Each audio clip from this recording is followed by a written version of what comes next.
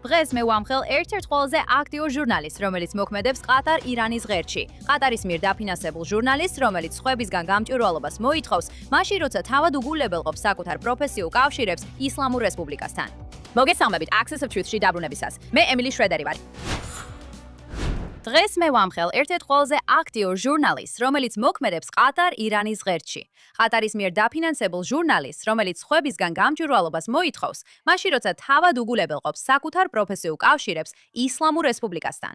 მოგესალმებით Access of Truth-ში დაბრუნებისას. მე ემილი შრედერი ვარ და ქალი, რომელსაც დღეს ვამხელ, არის ჟურნალისტი Redi Tlabi. ის სამხრეთაფრიკელია, რომელიც ვაშინგტონში, კოლუმბიის ოლქში ცხოვრობს, სადაც ალ-ჯაზირასთვის გადაცემას უძღვება. იცით, ეს ის არხია, რომელიც მთლიანად ყატარის თავრობის საკუთრებაა, მაგრამ ეს მარტო არ არის პრობლემა. პრობლემა ისაა, რასაც ის ამბობს და აკეთებს. დავიწყოთ იმ ნაწილით, საიდანაც თავის დაღწევა ვერ გამოუვა. Tlabi-მ საჯაროდ მოითხოვა, რომ AIPAC-ი, ამერიკული ლობისტური ჯგუფი, რომელიც მხოლოდ ამერიკელების მიერ ფინანსდება, დარეგისტრირდეს უცხოელი აგენტების რეგისტრაციის აქტის მიხედვით, რომელიც აიძულებს იმ ჯგუფებს, რომლებიც უცხო ქვეყნების სახელით მოქმედებენ, გაამჟღავნონ ეს კავშირი. მაგრამ AIPAC-ი არ არის უცხოური ლობი. არც ის იღებს დაფინანსებას ისრაელის მთავრობისგან და არც უცხო ქვეყნის ინტერესებს ლობირებს. ამასობაში მისი საკუთარი დამსაქმებელი არ ღვევს ფედერალურ კანონებს ყველანაირად. ალ-ჯაზირას პროპაგანდისტულ პლატფორმას ახალგაზრდებისთვის AJ+ 2020 წელს აშშ-ის იუსტიციის დეპარტამენტმა პირდაპირ უბრძანა, რომ იგივე კანონით დაერეგისტრირებინა თავი. მათ უარი თქვეს. თუმცა Tlabi სწორედ ამავე არხისგან იღებს ხელფას და ამავე არხს იყენებს იმისთვის, რომ სხვებს დაადანაშაულოს იმაში, რაზეც მისმა კატარულმა დამსაქმებლებმა უარი თქვეს. ამასობაში Tlabi უკვე რამდენიმე თვეა საკუთარ სოციალურ ქსელში, რომელსაც 700,000-ზე მეტი გამომწერი ჰყავს, იმეორებს ანტისემიტურ შეთქმულების თეორიებს. თითქოს ებრაელები ფარულად აკონტროლებენ მედიას, ბანკებსა და მთავრობას.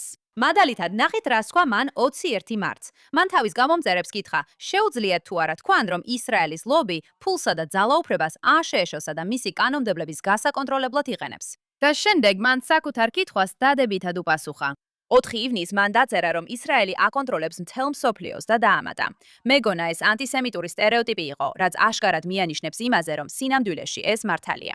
კიდევ უფრო აბსურდულია ის, რომ როდესაც სამხრეთ აფრიკის მთავარმა რაბინმა Warren Goldsteinმა ისრაელის დაგმობაზე უარი თქვა, Tlabi მას დამყოფი და სიძულვილის მქონე ადამიანი უწოდა. მან ასევე დაადანაშაულა ის იმაში, რომ ის აჩენს შიშს, რათა ხალხს დააჯეროს, თითქოს ებრაელებს ჩვენგან საფრთხე ემუქრებათ. ეხლა მისი ლექსიკა ისრაელის მიმართაც აშკარად მიანიშნებს იმაზე, ვინ აფინანსებს მას და რა არის მისი რეალური მიზანი. მან ისრაელი ტერორისტულ სახელმწიფოდ სულ-მცირე 7-ჯერ მოიხსენია 4 თვის განმავლობაში. მან ისრაელის ჯარისკაცებს ველურები უწოდა, ასევე უწოდა მათ მკვლელები ფსიქოზის მდგომარეობაში. მან ისრაელი გენოციდურ სახელმწიფოდ მოიხსენია, რომელსაც ფსიქოპათები მართავენ და მას სიბინძურე უწოდა. ამასობაში კატარი არის სახელმწიფო, რომელიც თანამედროვე მონობას მისდევს, ხოლო ისლამურმა რეჟიმმა 40,000-ზე მეტი მომიტინგე მოკლა. თუმცა მას არასოდეს გამოუყენებია ასეთი სიტყვები არც ერთ მათგანთან მიმართებაში, არც ერთხელ. მაგრამ საქმე კიდევ უფრო მძიმდება. გასულ წლის მაისში Tlabi-მ შეხვედრა გამართა ცნობილ ანტისემიტ ფრანჩესკა ალბანეზესთან, რომელიც გაერო სპეციალური მომხსენებელია და რომელსაც ამერიკის შეერთებულმა შტატებმა სანქციები დაუწესა იმის გამო, რომ ის ცდილობს სისხლის სამართლის საერთაშორისო სასამართლოს მიერ ისრაელის ლიდერების წინააღმდეგ ორდერების გაცემას. მთელი 1 საათის განმავლობაში Tlabi-მ ალბანეზეს საშუალება მისცა, ეთქვა, რომ პალესტინელების გაუპატიურების უფლების მხარდაჭერა ფართოდ არის გავრცელებული ისრაელის ოფიციალურ პირებში და რომ თითქოს ისრაელის პარლამენტმაც კი ამ უფლებაზე იმსჯელა. მაგრამ ეს არასოდეს მომხდარა. ალბანეზემ ასევე განაცხადა, რომ მას 300 ჩვენება აქვს შეგროვებული, უმეტესად მეორადი წყაროებებიდან და უმეტესად ისეთი, რომელიც არავის უნახავს. Tlabi-ს არასოდეს უკითხავს, რამდენი იყო უშუალო მოწმის ჩვენება. და არც ერთი სახელი ან თარიღი არ მოუთხოვია, მაგრამ შეადარეთ ეს იმას, თუ როგორ ეპყრობა ისრაელებს. ის ამაყობდა იმით, რომ ყოფილ მინისტრ Danny Ayalon-ს დაკითხვას უტარებდა იმის გამო, რასაც ისრაელის ირანის დაბომბვის თვალსაზრისით ფარისევლობას უწოდებდა. და როდესაც მას სურდა უარეყო ჩვენებების სექსუალური ძალადობის შესახებ, რომელიც ჰამასმა 7 ოქტომბერს ჩაიდინა, მან მოითხოვა ფორენზიკული მტკიცებულებები და სახელები და კიდევ დასცინა მათ არარსებობას, როგორც ციტატა, მომენტე ძმაო. 7 თვით ადრე მან ასევე წაიყვანა ალბანეზეს დისკუსია სცენაზე ნელსონ მანდელას ყოველწლიურ ლექციაზე და საჯარო დაიცვა ალბანეზე აშშ-ის სანქციების წინააღმდეგ, სანამ ალბანეზესთან ინტერვიუ საერთოდ გადაიღებოდა. ახლა ეს Tlabi-სთვის უკვე ნიმუშია. მან პირადად წაიყვანა დისკუსიას სამხრეთ აფრიკის საგარეო საქმეთა სამინისტროს სამივე უმაღლეს ფიგურასთან, რომლებიც ყველა უკიდურესად და აკვიატებულად ანტიისრაელურები არიან და მეგობრობენ ირანის ისლამურ რეჟიმთან. მილედი პანდორი, ყოფილი დირკოს მინისტრი და ექსტრემისტი, რომელმაც ღიად დაუჭირა მხარი პოლიტიკურ ძალადობას. ზაინ დანგორი, სამხრეთ აფრიკის გენოციდის საქმის რეალური არქიტექტორი, ისრაელის წინააღმდეგ ჰააგის საერთაშორისო სასამართლოში. და სულ რამდენიმე დღის წინ ნიუ-იორკში მოადგილე მინისტრი ალვინ ბოეცი იმყოფებოდა ღონისძიებაზე, სადაც მერ ზორან მამდანი მთავარ სიტყვით გამოვიდა. ის არ აშუქებს სამხრეთ აფრიკის საგარეო პოლიტიკის სტრუქტურას. ის და ყატარი მათ აძლევენ პლატფორმას, რომ გამოჩნდნენ. და თუ ჯერ კიდევ არ ხართ დარწმუნებული, რომ ეს პროპაგანდისტი პრობლემაა, აი რა უნდა იყოს საბოლოო მტკიცებულება. უკვე წინა ეპიზოდებში გამოვავლინე, როგორ სამხრეთ აფრიკის სატელეკომუნიკაციო გიგანტი MTN არის აფრიკის უდიდესი მობილური ქსელის ოპერატორი და MTN-ს ეკუთვნის 59% კომპანია ირანსელის. ირანსელი, რომელიც ირანის მეორე უდიდესი მობილური ქსელია და ათობით მილიონ ირანელს ემსახურება. ის ასევე უზრუნველყოფს სატელეკომუნიკაციო მომსახურებას ირანის რევოლუციური გვარდიის კორპუსის ნაწილებისთვის და იყო ერთ-ერთი იმ ქსელთაგანი, რომელიც ისლამურმა რეჟიმმა გაამორთო ხალხისთვის, როდესაც ინტერნეტი თვეების განმავლობაში გათიშეს. ეხლა მიუხედავად ამ კავშირის, სამხრეთ აფრიკის მხარე ამტკიცებს, რომ მათ ამასთან არაფერი აქვს საერთო. რა თქმა უნდა, აბა როგორ დაეხმარა თლავი MTN-ს რეპუტაციის შენარჩუნებაში? პირველ რიგში ის პირდაპირ მუშაობდა MTN-ის ბრენდის ელჩად. მან ასევე დაწერა სტატია, სადაც ღიად იცავდა MTN-ისთან დაკავშირებულ ინტერესებს ბიულეტენში, სახელად Africa Unscrambled, რომელიც გამოიცემოდა Philip One Newkirk-ის მიერ, ყოფილი The Mail and Guardian-ის რედაქტორის მიერ, რომელიც თავადაც, როგორც ამბობენ, ბიზნეს აწარმოებს MTN-თან. რატო აქვეყნებს გამომცემელი, რომელსაც კომერციული ურთიერთობა აქვს MTN-თან, თლავის სტატიას, რომელიც MTN-ის ინტერესებს ემსახურება და არც ერთი ინტერესი არ არის გამჟღავნებული. რომელ პლანეტაზე შეიძლება ეს ჟურნალისტიკა ჩაითვალოს? აი რა სურათი იკვეთება ამ ამბიდან. ქალი, რომელიც სხვებისგან გამჭვირვალობასა და სამართლიან გამჟღავნებას ითხოვს, აქვეყნებს გაუმჟღავნებელ კომენტარს, სადაც იცავს კომპანიას, რომლის ფინანსური მომავალი პირდაპირ არის დაკავშირებული ისლამური რესპუბლიკის ტელეკომის ქსელთან. ის კი თავად იღებს ხელფასს ყატარიდან, იმავე სპარსეთის ყურის სახელმწიფოდან, რომელიც მასპინძლობს ჰამასის პოლიტიკურ ლიდერობას და ინარჩუნებს თავის ჩუმ ურთიერთობას თეირანთან. და ბოლოს მინდა აღნიშნო, რომ Reddit Lab ამ ყველაფერს აკეთებს შეერთებულ შტატებში სტუმრად ყოფნისას. ბედნიერად ცხოვრობს ვაშინგტონში, ამავე დროს კი ISIS ოფიცრებს მკვლელებს უწოდებს და ამერიკას გენოციდში თანამონაწილეობაში ადანაშაულებს. შეხედეთ. ეს აქ შეერთებულ შტატებში უკვე ვნახეთ. ISIS უბრალოდ კლავს უდანაშაულო ადამიანებს. სტუდენტებს აკავებენ და უკვალოდ აკრობენ, მხოლოდ იმიტომ, რომ მათ დაწერეს სრულიად უბრალოდ ღაზაზე ვამბობ. ვაუ, რა ჰუმანიტარია. ასე ძალიან ცტკივა სხვისი თკივილი და ISIS უბრალოდ კლავს უდანაშაულო ადამიანებს. ეს მართლაც საკმაოდ ძლიერი განცხადებაა სამხრეთ აფრიკელისგან. განსაკუთრებით მაშინ, როცა მის ქვეყანაში საშუალოდ 20 წელია წელიწადში დაახლოებით 27,000 მკვლელობა ხდება. და ამ მკვლელობებიდან დაახლოებით 8,000, როგორც ამბობენ, სამხრეთ აფრიკის პოლიციის წევრების ჩადიან. როგორ მოსახერხებელია, რომ ამაზე არ საუბრობს. ნებისმიერ შემთხვევაში მან თავისი პლატფორმა ასევე გამოიყენა პრეზიდენტ ტრამპის წინააღმდეგ ღია წაკეზებისთვის. ამტკიცებს, რომ ირანის რეჟიმის წინააღმდეგ ომის საფუძველი მთლიანად არასწორია და პარანოიის მაგალითია. ამავე ადმინისტრაციამ უკვე გააუქმა ვიზები უცხო ქვეყნის მოქალაქეებისთვის, რომლებმაც Charlie Kirk-ის მკვლელობა იზეიმეს. და სულ რამდენიმე დღის წინ სახელმწიფო დეპარტამენტმა გამოაცხადა ახალი პოლიტიკა, რომელიც ზღუდავს უცხო ქვეყნის მოქალაქეების შესვლას, თუ ისინი მხარს უჭერენ ან აღვივებენ ძალადობას, ან ლოგისტიკურ დახმარებას უწევენ ექსტრემისტულ ქსელებს. სახელმწიფო დეპარტამენტმა უნდა გააუქმოს მისი ვიზა და დაუყოვნებლივ გააძევოს იგი. ის არ არის ნეიტრალური კომენტატორი, რომელიც კონფლიქტს აშუქებს. ის ან კონფლიქტის მონაწილეა, რომელსაც დოჰა უხდის აძლევს პლატფორმას თეირანის თანამოაზრეებს და სარგებლობს იმ ქვეყნის თავისუფლებებით, რომელსაც მუდმივად აკრიტიკებს. დროა თლაბი ქვეყანა დატოვოს. და ახლა სამი ამერიკელი სამხედრო მოსამსახურე გარდაცვლილია, ერთი კვლავ დაკარგულია, ხოლო რეჟიმი, რომელმაც ისინი მოკლა, აცხადებს, რომ ურთიერთგაგების მემორანდუმი ძალად დაკარგულია. რას ნიშნავს ეს ირანის ისლამური რესპუბლიკის შემდეგი ნაბიჯებისთვის? მე ვიტყოდი, რომ ეს უფრო მეტ სიცხადეს იძლევა, ვიდრე შეიძლება გეგონოთ. ამასთან შეერთებულმა შტატებმა უკვე მეცხრედ განახორციელა იერიში ირანის საჰაერო თავდაცვის სისტემებზე, სანაპირო სამხედრო ობიექტებზე, ირანის რევოლუციური გვარდიის ძალერო ძალებზე და ზოგ ინფრასტრუქტურაზეც, მაშინ როცა რეჟიმმა ერთდროულად ქუვეითსა და ბაჰრეინზე გახსნა ცეცხლი. ეხლა თეირანი ამტკიცებს, რომ ამერიკული იერიშების ბოლო ტალღის შედეგად 50 მათი მოქალაქე დაიღუპა და 500-ზე მეტი დაშავდა. და ამ ყველაფერზე პასუხად მოჯთაბა ჰამენეიმ დაწერა განცხადება, რომელიც სახელმწიფო ტელევიზიით წაიკითხეს და გააფრთხილა, რომ შეერთებული შტატები მიიღებს, ციტატა, დაუვიწყარ გაკვეთილებს. და აღნიშნა, რომ ამერიკის მიერ ჩადენილი დარღვევები ამტკიცებს, რომ ტრამპის ხელმოწერა მემორანდუმზე არაფრად ღირს და ბათილია. არაფერს ვამბობ იმაზე, რომ რეჟიმი აკვიატებულად ემუქრება ტრამპის მოკლით, ან იმაზე, რომ რეჟიმი უკვე კვირებია ჰორმუზის სრუტეში კომერციულ გემებს ესვრის მემორანდუმის დარღვევით, მაგრამ კარგი, იყოს ასე. ეს ზუსტად იგივე სქემაა, რაზეც 2 კვირის წინ საუბრობდი. უბრალოდ ეხლა ეს ყველაფერი პირდაპირ ზემოდან მოდის. ეს არ არის უბრალოდ ირანის რევოლუციური გვარდიის რომელიმე მეთაური, რომელიც იმაზე შორს წავიდა, ვიდრე რეჟიმის ეგრეთ წოდებულ ზომიერებს სურდათ. ეს თავად უზენაესი ლიდერია, რომელიც პირადად ანადგურებს თელ დიპლომატიურ პროცესს, რადგან განსხვავებით იმისგან, რასაც JD Vance ამერიკელებს სურს დააჯეროს, თეირანში არასდროს არსებობდა ისეთი ფრაქცია, რომელიც რეალურად შეასრულებდა შეთანხმებას. და ეხლა თავად რეჟიმის უმაღლესმა პიროვნებამ ეს საკუთარი სიტყვებით თქვა, თითქოს და თუ ეს მართლაც მისი დაწერილია. მაშ, რატო აგრძელებს ეს რეჟიმი ესკალაციას და არ ნებდება, მაშინ როცა უკვე 9 ღამე ამერიკული ავიაიერიშები მიმდინარეობს და ყველამ იცის, რომ ეს სამხედრო კონფლიქტია, რომელსაც ისინი ვერ მოიგებენ. იმიტომ რომ ეს ომია, რომელშიც ფიქრობენ, რომ მოწინააღმდეგეზე მეთხანს გაძლებენ. ყოველ ღამე, როცა ისინი იღებენ დართმას და მაინც პასუხობენ, ეს არის ფსონი იმაზე, რომ ამერიკელი სამხედროების ნელ-ნელა მატულებული მსხვერპლი საბოლოოდ ვაშინგტონის პოლიტიკურ ნებას გატეხს, ვიდრე მაცსას. და ეს ფსონი რეალურად უკეთ მუშაობს, ვიდრე უნდა მუშაობდეს. იორდანიაში მოყოლი 3 ჯარისკაცი ამ კონფლიქტის განახლების შემდეგ ამერიკელი სამხედროების საერთო დაღუპულთა რიცხვს 17-მდე ზრდის. ჩვენ გვყავს 6 არმიის რეზერვისტი ჯარისკაცი, რომლებიც მარტში ქუვეითში პირდაპირ დარტყმის შედეგად დაიღუპნენ.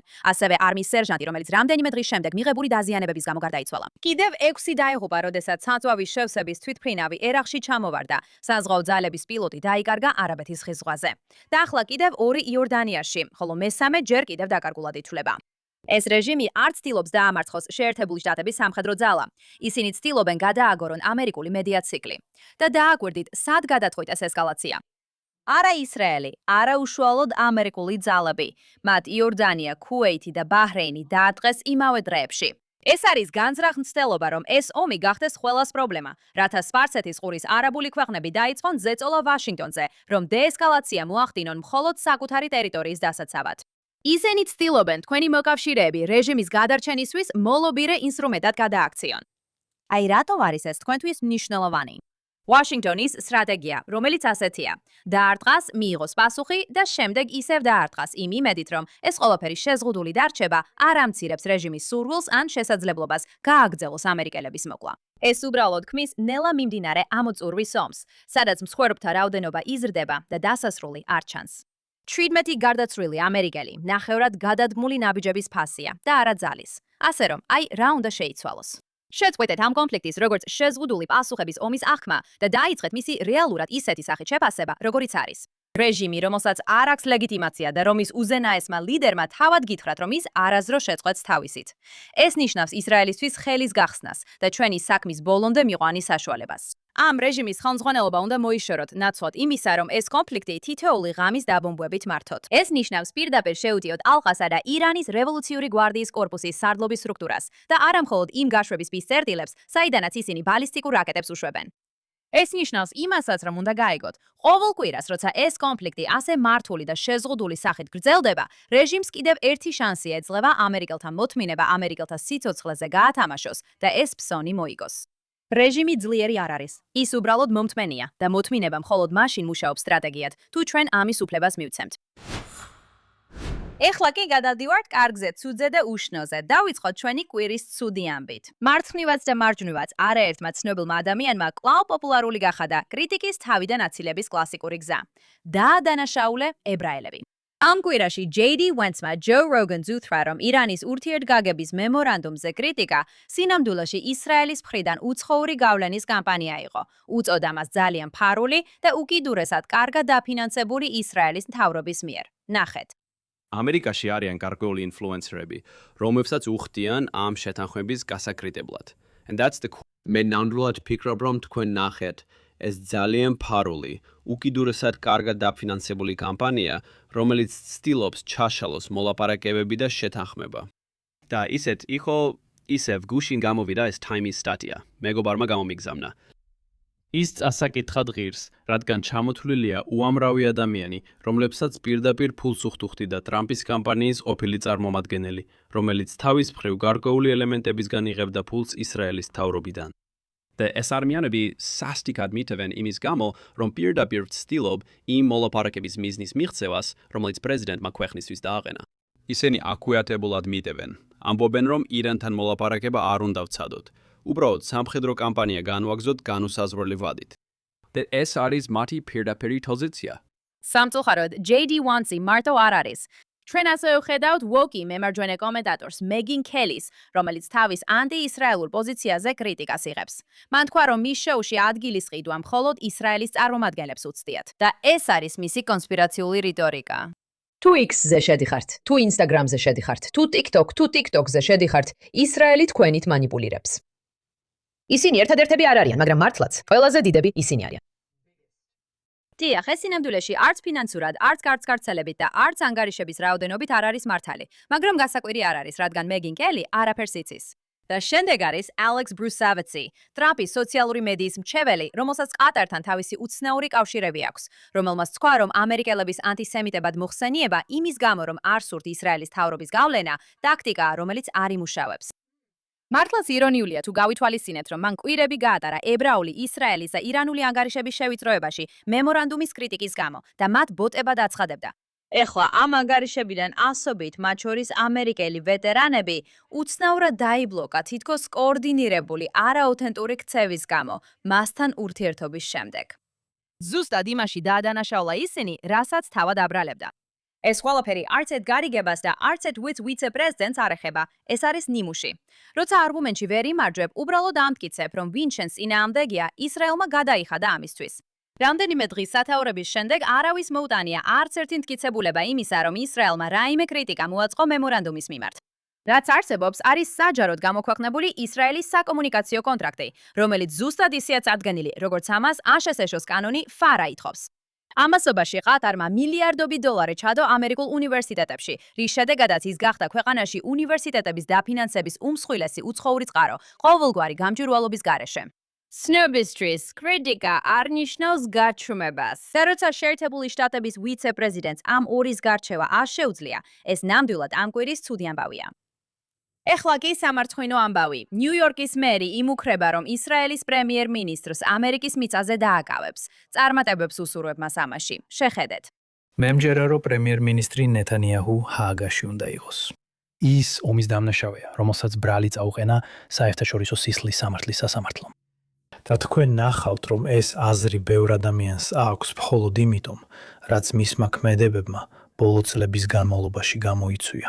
ასევე მithქვამს, რომ დავიცავ იმ კანონებს, რომლებიც ნიუ-იორკში გვაქვს, რადგან მჯერა, რომ მნიშვნელოვანია კანონის დაცვა, როგორც ლიდერისთვის, რომელიც ჩვენს ქალაქს ხელმძღვანელობს, და ეს არის ის, რასაც ვაპირებ გავაკეთო. რას გულისხმობთ? ბოდიში არ მესმის, რას ნიშნავს ეს? ეს ნიშნავს, რომ რასაც კანონი ნიუ-იორკში მაძლევს უფლებას გავაკეთო, სწორედ იმას გავაკეთებთ, მაგრამ ჩვენი სურვილის მიხედვით ახალ კანონებს არ დავწერთ. კანონი რას გაძლევთ უფლებას გააკეთოთ? ეს აქტიური საუბარია ჩვენს იურიდიულ დეპარტამენტთან, რათა გავიგოთ რა შესაძლებლობები გვაქვს ჩვენს მუნიციპალიტეტში. ეს ბიჭი ისეთი სულელია, მის საუბარს რომ უსმენ პირდაპირ მტკივნეულია. მართლა გონია რომ არ ვიცი, კონგრესის წევრია თუ რაღაცა მსგავსი. ძმაო, ეს შენი საქმე არ არის, როგორც ნიუ-იორკის მერის. Zohar Mamdani პირდაპირ უთხრა New York Times ამ შაბათკვირას, რომ მისი ადმინისტრაცია აქტიურად იკვლევს, შეუძლია თუ არა ქალაქს ბენიამინ ნეთანიაჰუს დაპატიმრება, თუ ის სექტემბერში ნიუ-იორკში გაეროს გენერალურ ასამბლეაზე ჩამოვა. ეს არის ამერიკის ყველაზე დიდი ქალაქის მერი, რომელიც საუბრობს ომის დროს ამერიკის ახლო აღმოსავლეთში ყველაზე ახლო მოკავშირის დემოკრატიულად არჩეული ლიდერის დაპატიმრებაზე. თითქოს ეს რამე კავშირი ჰქონდეს მის სამსახურებრივ მოვალეობებთან. სინამდვილეში ასე არ არის და ტრამპის ადმინისტრაციამაც უთხრა ეს. ASHS-ში ის ელჩმა გაეროში მაიკ ვოლცმა ამას უწოდა სუფთა პოლიტიკური თეატრი და ზუსტად განმარტა, რატომაც ვერ მოხდება ეს. შეერთებული შტატები საერთოდ არ არის რომის სტატუტის მხარე, რომელმაც შექმნა სისხლის სამართლის საერთაშორისო სასამართლო. გაეროს შტაბინის შეთანხმება დიპლომატიურ დაცვას ანიჭებს სტუმრად მყოფ მთავრობების ხელმძღვანელებს. სახელმწიფოს მეთაურის იმუნიტეტი მოქმედებს და ფედერალური ხელისუფლება უფრო მაღალია, ვიდრე ადგილობრივი მერის სურვილები.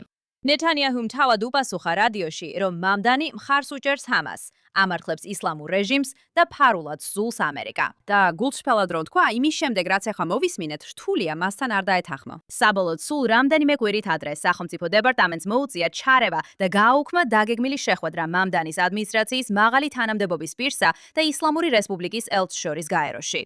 დიახ, ნიუ-იორკის მერის ოფისმა სცადა შეხვედრა დიპლომატთან, რომელიც წარმოადგენს რეჟიმს, რომელიც ამჟამად კლავს ამერიკელ ჯარისკაცებს და პრეზიდენტის მკვლელობას გეგმავს.